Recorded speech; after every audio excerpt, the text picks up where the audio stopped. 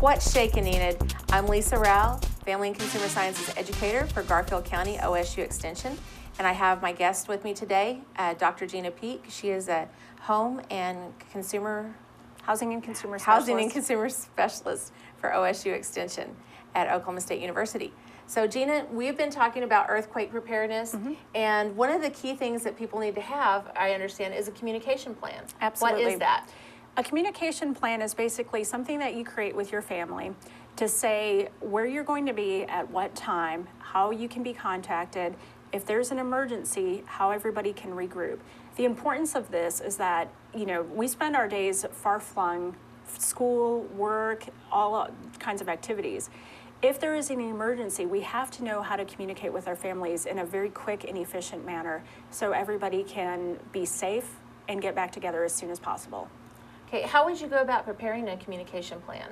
Well, organizations like FEMA have created wonderful checklists that you can complete. So for example, you're going to put for each of your children, the name of their school, the phone numbers, the address, the name of your workplace, the phone number and the address, any other important sites that you visit during the day, and you can have all of this information in one sheet of paper.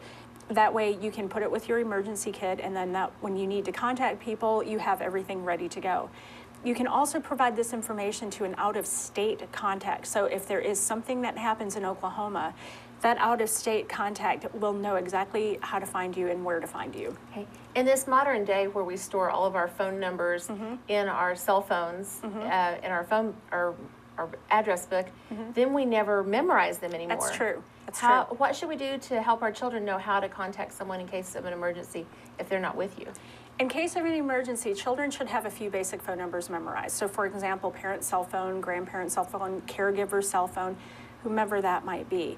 That way, if something does happen and they don't have access to a cell phone because they don't have one, or something happens where they can't use the cell phone, they still have those numbers, and maybe they can, still contact somebody with that memorized phone number.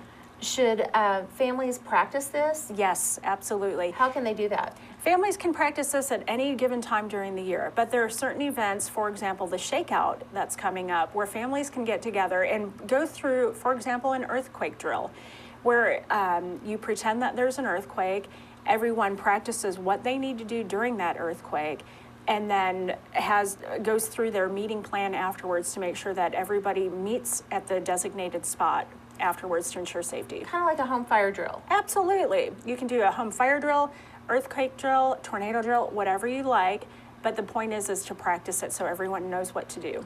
And how is this a benefit to especially small children that may become overwhelmed by a catastrophic event? Well, studies show that when you practice things, you're conditioned to do the right response when the emergency comes. The other thing that studies show is that if you practice things, it helps bring down anxiety and nervousness about events. So the more you practice, the more it'll become second nature and the less anxious people will be. Okay. Where's a good place for people to gather together or meet outside the home? So for example, if something happens and you're all at home, for example, if a tornado takes your home away, you designate a spot in the area that is likely to remain. So for example, if you live near a lake, you could say we're meeting on the north side of the lake, or if you live near a, because things might not be recognizable after an event. Pick something that you know will remain after an event and meet there. Okay.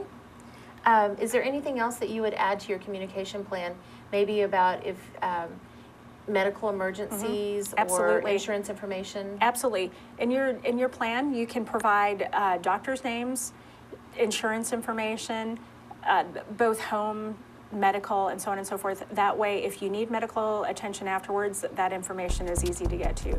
If anyone requires any sort of special medication, have it on there so that way people can be informed as to your specific needs. Okay. Well, thank you, Gina, for sharing with us today. If you'd like more information on creating a communication plan for your home, please call the OSU Extension Office at 237-1228, and we'll get the fear out of shaking in Oklahoma. I'm Lisa Rao for Garfield County OSU Extension.